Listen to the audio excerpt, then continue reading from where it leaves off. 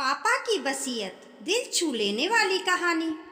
पेशे से बैंक में मैनेजर दिनेश सिंह ने अपने दो बेटों सचिन और राहुल की परवरिश में अपनी जिंदगी झोंक दी थी।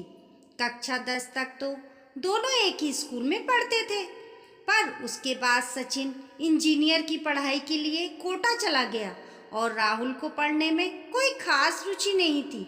इसलिए वह वहीं पर रहकर किसी साधारण से कॉलेज से ही स्नातक की डिग्री के लिए पढ़ने लगा। सचिन ने आईआईटी में प्रवेश पाने के लिए एक ही नहीं 2 बार परीक्षा दी, पर वह सफल नहीं हो पाया। तो दिनेश सिंह ने किसी प्राइवेट इंजीनियरिंग कॉलेज में उसका दाखिला करा दिया। आईआईटी की तुलना में वह बहुत ज़्यादा महंगा था, पर फिर भी बेटे की चाहत को पूरा करने के लिए दिनेश सिंह ने हंसते हंसते ये भार भी उठा लिया। वक्त के साथ दोनों ही बेटों की पढ़ाई पूरी हो गई। सचिन को किसी मल्टीनेशनल कंपनी में काम मिल गया और वह जापान चला गया। राहुल को कंप्यूटर में बहुत रुचि थी और वह इसी से जुड़ा कोई व्यापार करना चाहता था। इसलिए दिनेश सिंह ने उसे कंप्यूटर की एक दुकान करा दी। उसी साल में दिनेश सिंह को भी बैंक से रिटायरमेंट मिल गया, तो वह भी समय काटने के लिए उसी दुकान में बैठने लगे। समय अपनी रफ्तार से आगे बढ़ता गया।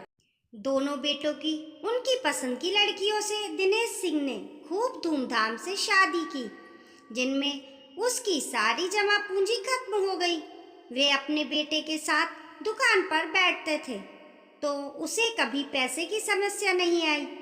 बढ़ती उम्र के साथ वे अब घर पर ही रहने लगे थे, पर राहुल ने कभी अपने माता पिता के इलाज और उनके खर्चों में कोई कमी नहीं आने दी।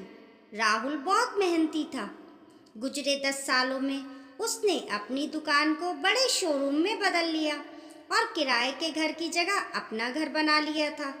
उधर सचिन भी अपनी मेहनत के दम पर दिन प्रतिदिन बहुत तरक्की कर रहा था, पर वक्त के साथ उसका भारत आना कम हो गया था। एक बार जब दिनेश सिंह की तबीयत बहुत ज़्यादा खराब हो गई, तब सचिन अपने परिवार के साथ 4 साल बाद भारत आया।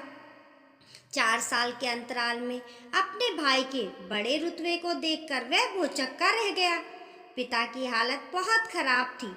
डॉक्टर के हिसाब से वो कुछ ही दिनों के मेहमान थे। माँ का पहले ही स्वर्गवास हो गया था। तब वे बड़ी मुश्किल से 10 दिन के लिए आ पाया था। इस बार वह भारत घूमने के हिसाब से पूरा 1 महीने का वक्त लेकर आया था, लेकिन भाई का ऐशो आराम देखकर मन में लालच आ गया। राहुल की दुकान पिता के नाम से थी। बस इसी को मुद्दा बनाकर सचिन ने एक दिन हिम्मत करके पिता के सामने बंटवारा करने की बात कह दी। सचिन ने कभी भी प्रत्यक्ष रूप से अपनी कमाई के बारे में दिनेश सिंह को बताया नहीं था, पर फेसबुक पे डाली गई फोटो और बड़ी कंपनी में बड़े पद के आधार पर वे अपने बेटे के रुतबे का आकलन कर सकता था।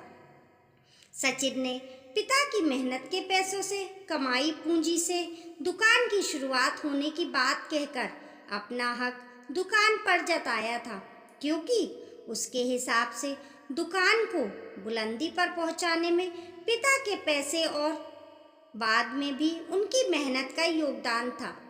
और पिता की संपत्ति में बेटों का हक होता है, इसलिए उसे अपना हिस्सा चाहिए था।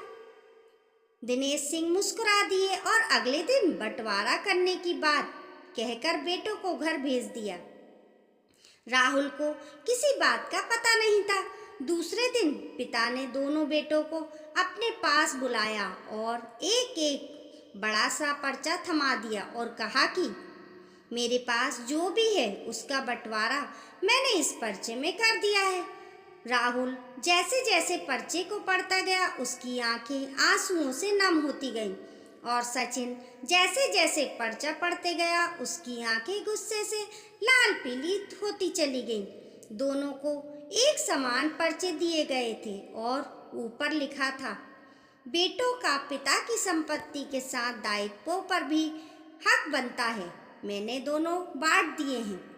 कक्षा 10 तक दोनों की परवरिश एक जैसी थी, इसलिए वहाँ तक का हिसाब बराबर। उसके बाद सचिन की पढ़ाई का खर्च 20 लाख, राहुल की पढ़ाई का खर्च 2 लाख, राहुल की दुकान में लगाई पूंजी 10 लाख। मैं दुकान में बैठता था तो मैंने राहुल के यहाँ खाना भी खाया और रहा भी, तो उसे मेरी तनख्वाह मान लीजिए। पर बेटा होने के नाते माता पिता का भार उठाना सचिन की भी जिम्मेदारी थी। तो 10 साल में हर महीने के 2,000 भी पकड़े तो 10 साल के 2,40,000 रुपये हुए। मैंने पढ़ाई पर जो खर्च किया उसी की बदौलत सचिन आज इतनी धन दौलत कमा पाया। तो पढ़ाई पर हुआ खर्च को इन्वेस्टमेंट मानते हुए उसके बदले में कमाए पैसे में बचाए पैसे कंपनी के बचत के नियमों को आधार पर लगभग 1 करोड़, सभी खर्चों के बाद राहुल की बचत 50 लाख। अब दोनों पर खर्च हुए के अनुपात में मैं दोनों के कमाए पैसे को बांट लो, बंटवारा हो जाएगा। पता चल जाएगा कौन सा बेटे के हिस्से में क्या आएगा। राहुल पूरा पर्चा पढ़कर फूट फूट कर रो पड़ा तो सचिन की ये हिसाब पढ़कर सांसें फूल गईं। अपनी गाड़ी कमाई हाथ से निकलने का भय उसके चेहरे पर साफ झलकने लगा। क्या पापा, आप भी ना, मैंने तो ऐसे ही मजाक में कह दिया था, आपने तो पूरा ब्यौरा ही निकाल दिया। सब कुछ आपका ही तो है, कहकर वह कमरे से ही नहीं अगले दिन देश से भी बाहर चला गया और पिता के जिंदा रहने तक कभी वापस नहीं आया। दोस्तों, आपको ये कहानी कैसी लगी कमेंट करके ज़रूर बताइएगा और पसंद आने पर लाइक और शेयर करें। ऐसी ही अच्छी अच्छी कहानियों के लिए चैनल को सब्सक्राइब करना ना भूलें। मिलते हैं फिर एक नई कहानी के साथ।